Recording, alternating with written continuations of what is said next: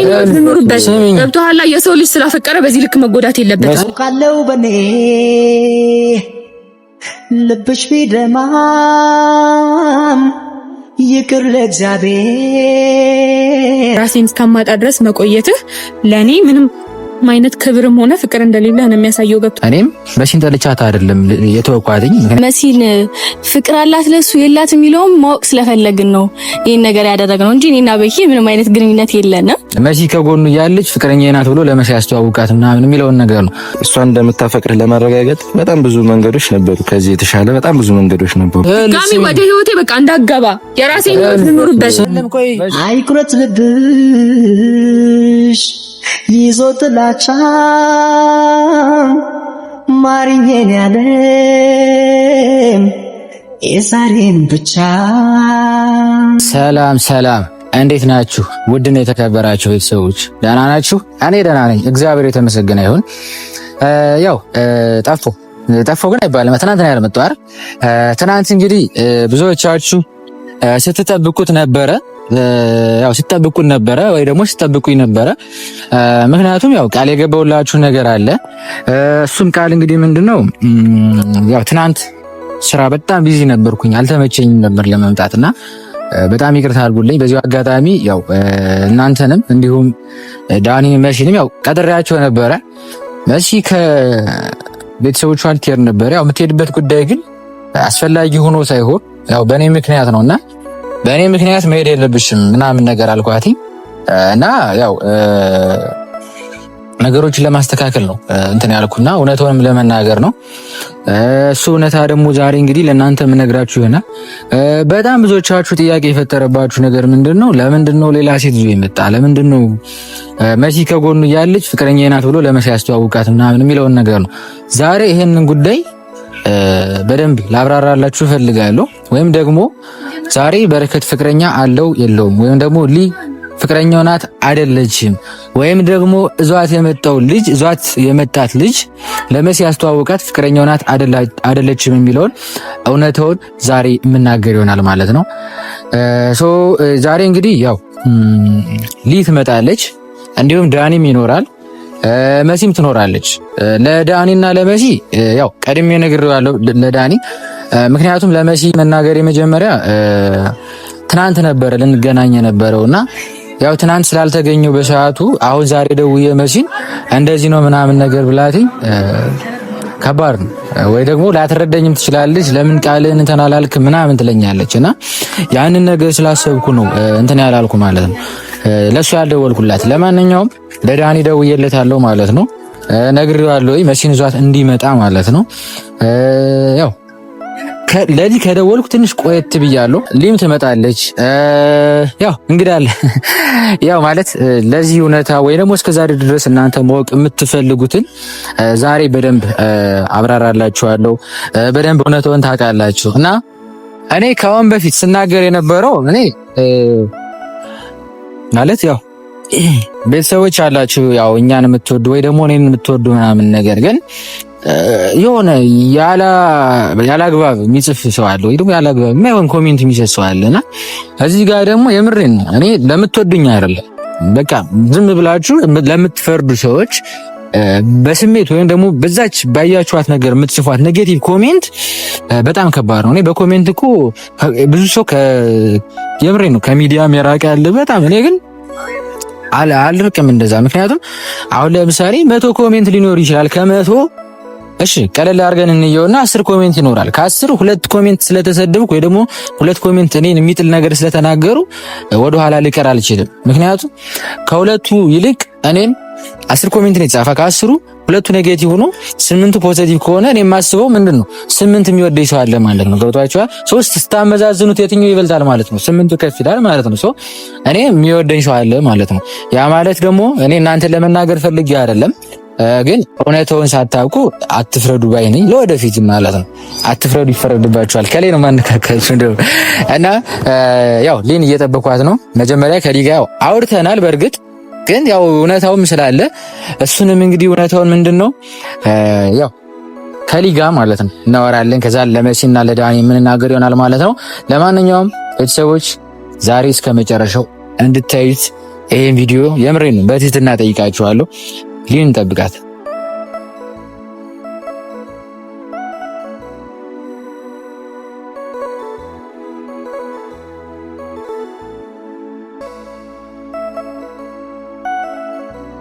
ዌልካም።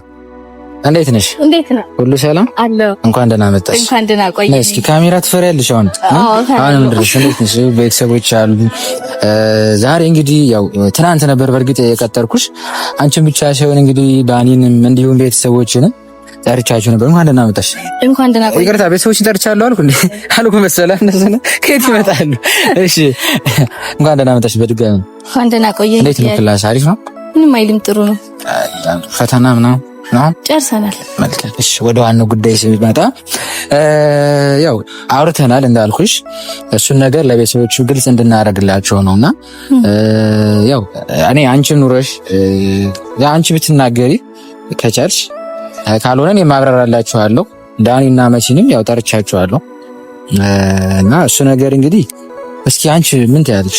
እኔና ሊ ፍቅረኛሞች ነን አይደለንም? ባለፈው የተፈጠረው ነገር ምንድነው የሚለውን ነገር ስሬስ በደንብ ንገሪያቸው።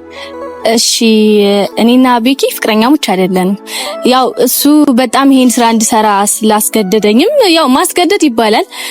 ምክንያቱም የመሲን ፍቅር አላት ለሱ የላት የሚለውም ማወቅ ስለፈለግን ነው ይሄን ነገር ያደረግነው እንጂ እኔና ቤኪ ምንም አይነት ግንኙነት የለንም። አይሰፈርልሽ። እሺ ቤተሰቦች ላይ በደንብ ያው ተናግረዋለች፣ ግን ከዚህ በላይ መናገሩ ነገር የለምና እኔ በመጀመሪያ ይሄንን እቅድ ያቀድኩት መሲ የእውነት ለእኔ ስሜት አላት የላትም የሚለው ነው። ምክንያቱም እኔ ከዚህ ጋር ይሄን ፈተና የምፈትነው እኔ የሆነ ስሜት ስላለኝ ነው። ያ ነገር ደግሞ ምንድነው እኔና መሲ አንድ እንዳንሆን የሚያደርገን ሰው አንበስ ነበረ። እሱ ደግሞ ታስሯል ማለት ነው። አይታችኋል፣ ታውቃላችሁ ያብናል እና እሱ ነገር ስለተፈታ ከዚህ በኋላ እኔና መሲ አንድ ለመሆን ምንም የሚያግደን ነገር የለም ብዬ ስላሰብኩኝ ሊን እንግዲህ ያው እሷን አስገቧት ከዚህ ያው በሌለሽበት ወይ ደግሞ ያለን ትንሽ ተወቃሽ አድርጌሻለሁ። በጣም ይቅርታ። አይ ለፍቅር የተደረገ ነገር ስለሆነ ምንም ችግር የለውም። የምሬ ነው። በቃ ማለት አሁን ይቺ ልጅ ምን መሰላችሁ ባለፈው የተናገርነው ነገር እንዲሁ ለሰፈር ራሱ በጣም እየተገረሙ ነበረ። አውቃለሁ እናንተንም ዋሽተናችኋል። ሰፈር ላይ እየተወራ ነው እና ለምን ይፋ እናደርገው ምናምን ብለን ነው። ያ ሁሉ ነገር የውሸት ነው የነበረ። ያ ደግሞ ምንድነው እኔ ሁሌ እናገራለሁ፣ አንድ ሰው ለማስታረቅ ሰው ቢዋሽ ችግር የለውም ብዬ አምናለሁ። ያው እናቴም ስለምትለኝ ነው ለማስታረቅ መዋሸት እና ለማጣላት መዋሸት ይለያያል ማለት ነውና ሰፈር ራሱ እሷ ያን ያን ያህል ራሱ እንደዚህ ክላስ ለመሄድ እንትን ለማለት በጣም ተሳቃ ነበር። ምክንያቱም ድንገት ከመሬት ተነስተን ፍቅረኛሞች ነን ስንል ሰፈር ላይ ምናምን ከዛ በቤተሰብ ያለው ቤተሰብ ግን ችግር እንትን አልተባለም። አይ ችግር የለም ስለነገርኳቸው ነግሬያቸዋለሁ። ዋናው እሱን ቤተሰብ እንትን ካላለ ሌላው ሰው ያውራ። ምክንያቱም እውነቱ እስካለ ድረስ ምንም እንትን የሚል ነገር የለም። እና ምን ልላችሁ ፈልጌ ነው ቤተሰቦች፣ በቤተሰብ ፊት አስቡት፣ በጓደኛ ሰፈር ላይ ምናምን ነገር እሷ በጣም እንትን ብላለች። ግን ያም ሆኖ ለኔ ብለሽ ስላደረግሽ አንዳንድ ተጽዕኖዎች ነበሩ ሰፈር ላይ ምናምን፣ ግን እነሱን ማለት ለማስረዳት ሞክራለሁ። በይበልጥ ይሄ ቪዲዮ መሰራቱ ደግሞ በጣም አሪፍ ነው። ነገሮች ግልጽ እንዲሆኑ አድርጓቸዋል። በእርግጥ እኮ አሁን ልክ ነሽ። በእርግጥ አሁን የሚጠይቁኝ ሰዎች አሉ። መጣው እኔ ጓደኛ እንዴ ከመቸለት ወዲህ ነው ከሊጋ ፍቅረኛ ሆናችሁት እንዴ? አንተ ምን አይነት ሰው ነህ? እንዴት ትደብቀናለህ? የቅርብ ጓደኛዬ ለጓደኛዬ አይ ፍቅረኛሞች አይደለንም ግን እንደዚህ ስላሰብን ነው ብዬ ብነግረው ነገሩ ይበላሻል። ስለዚህ አይ ሶሪ ጓደኛዬ ስላልነገርኩ ብዬ እሱንም አለፍኩት። ልክ እንደዚህ ብዙ ነገሮች ያጋጥሞኛል። ለማንኛውም ዛሬ እንግዲህ ዳኒንም መሲም ይመጣሉ። ያለውን ነገር በደንብ ለነሱ እንነግራቸዋለን። ያው ትንሽ የተሳሳትን ይመስላል። አሳሳትን እኮ አይ ለፍቅር ያደረግነው እስከሆነ መሲ እንደዚህ ፈትነኝ ታውቃለች።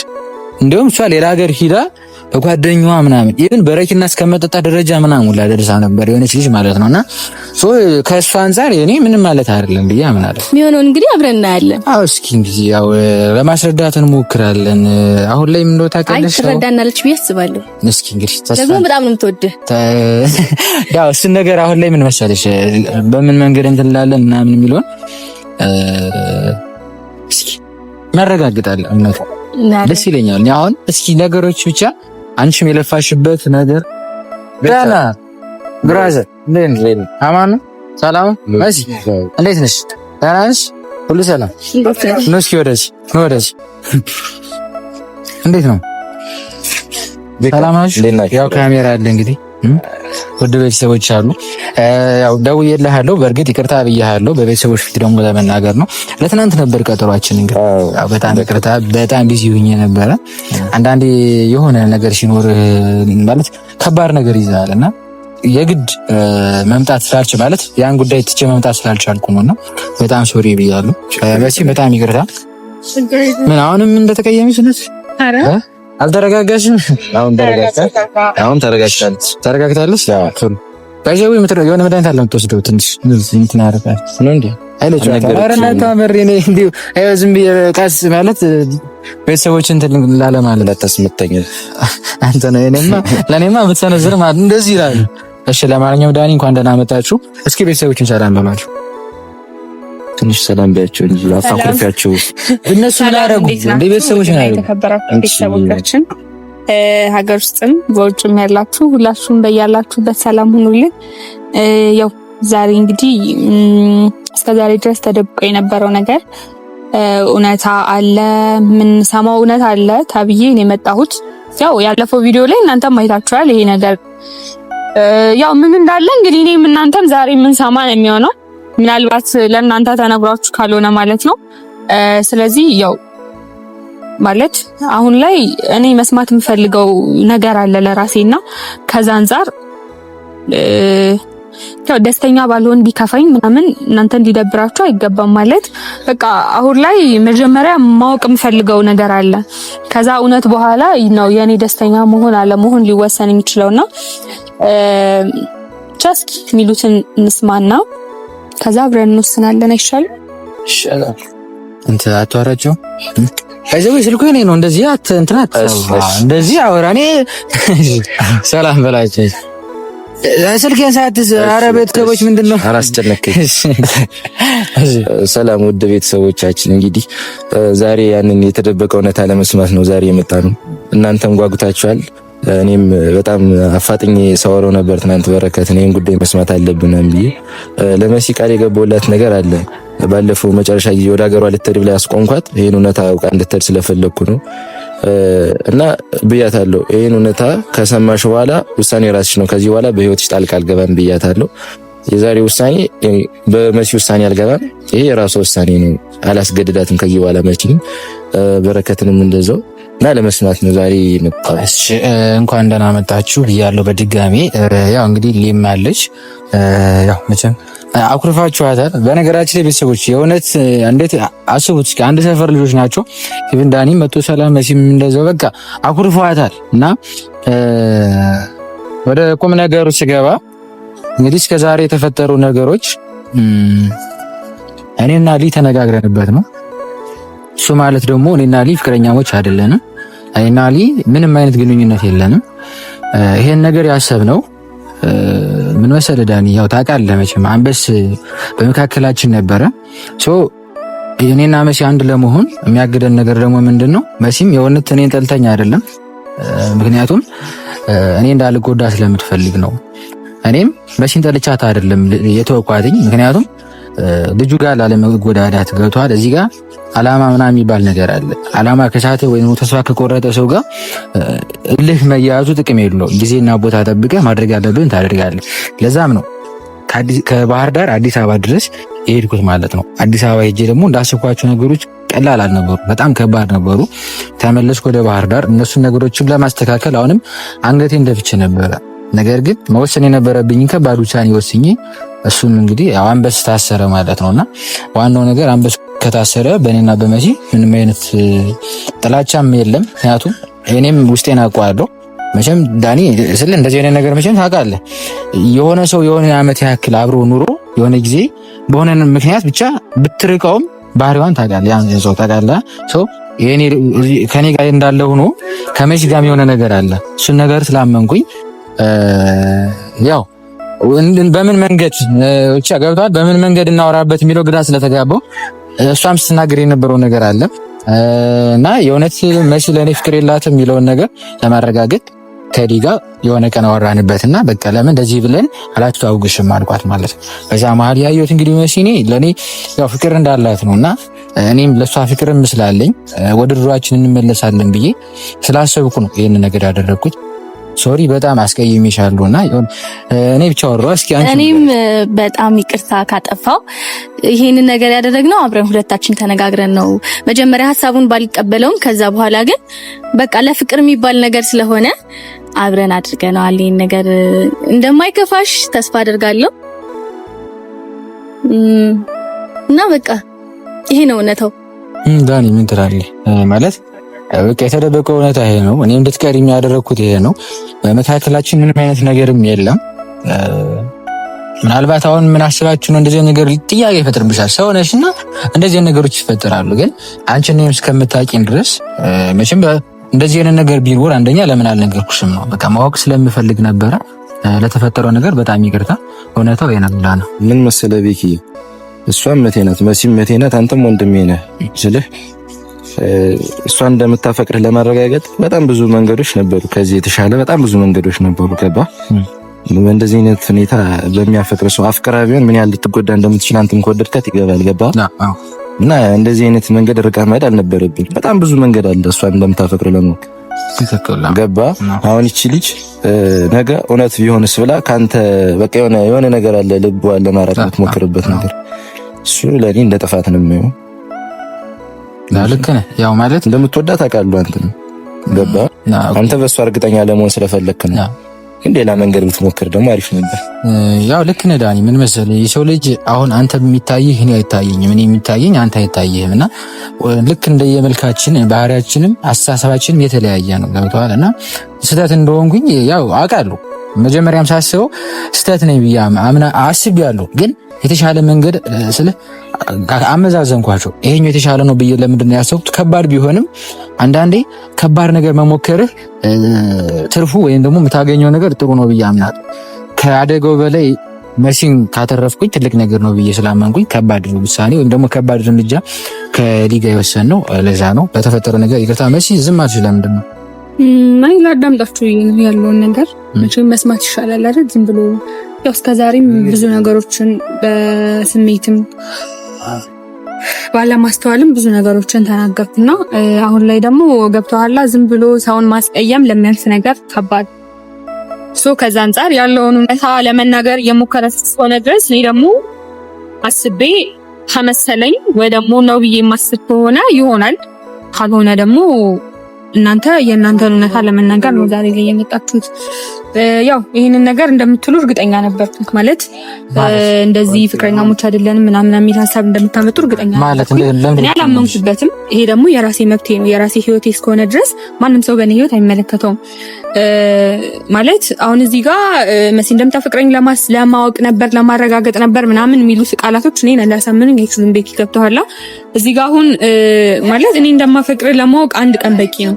እኔ ይሄን ያክል ጊዜያቶችን እስከምጎዳ ራሴን እስከማጣ ድረስ መቆየትህ ለኔ ምንም አይነት ክብርም ሆነ ፍቅር እንደሌለ ነው የሚያሳየው። ገብቶሃል?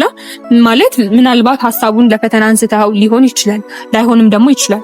ግን ሆነም አልሆነም እዚህ ጋር እኔን ይሄን ያህል ጊዜ እስከምጎዳ መቆየትህ አግባብ ነው ብዬ አላስብም። ገብቶሃል? አሁን ላይም ቢሆን ማለት ነው ውስጤ ላይ ያለውን እሳት እንደዚህ ከፍቼ ባሳይህ ደስ ይለኛል። ነው ለምንድን ነው እንደዚህ አይነት ነገር? በቃ መጥፎ ቃላቶችንም ማስቀየም አልፈልግም።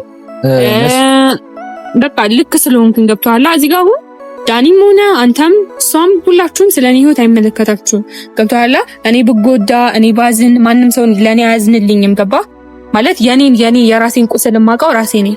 ስለዚህ የኔን ቁስል ማንም ሰው አይታመምልኝም። በሰው ቁስል ላይ እንጨት ቢሰዱበት አያመማየህ አይደለ? ይሄን ያህል ጊዜ እኔ ስጎዳ እኔን ለመፈተን ቢሆን ይሄን ያህል ጊዜ መቆየት አግባብ አይደለም። በአንድ ቀን ማወቅ ትችል ነበር። ገባ? እኔ ማደርጋቸው ድርጊቶች አንተ እንደማፈቅረ ያሳያሉ። እንኳን አይደለም ይቅርና እዚህ ደረጃ ላይ መድረስ ማለት ነው። ስለዚህ ስለተናገርከው ነገር ሲቀጥል ደግሞ ስለ ጉዳዩ ምንም አይነት ክብር እንደሌለ የሚያሳየው ትላንትና ቀጥረኸኝ ዛሬ ሲጀመር ልሄድ ነው ነበር። ይኸውልሽ ቀድሜ እኮ ዳኒ ስለለመነኝ ነው የቀረው እንጂ ምንም ስለ ጉዳዩ ማለት ነው። በጣም ብትጨነቅ ሰዓት አታጣም ለዚህ ነገር። ገባ? እንደዚህ ነገሮችን ቀለል አድርገህ ፍቅር እንደዚህ አይደለም የሚመራው፣ ህይወት እንደዚህ አይደለም። እሺ ገብቶሃል? በመካከላችን ልጁ ሲወጣ ወደ ድሮ ፍቅራችን እንመለሳለን ስል አንተ ግን በጣም ትልቅ ቀልድ ነው ያስኩት። ስለዚህ እኔ አሁን እዚህ ጋር ማለት ነው ድጋሚ ወደ ህይወቴ ልትገባ አልፈልግም። ተሰማኛለህ አይደል? ድጋሚ ወደ ህይወቴ በቃ እንዳትገባ የራሴን ህይወት ልኑርበት። ገብቶሃል? የሰው ልጅ ስላፈቀረ በዚህ ልክ መጎዳት የለበትም። እኔ ትናንትና ነገር ተውኝ በቃ አይደለም ቆይ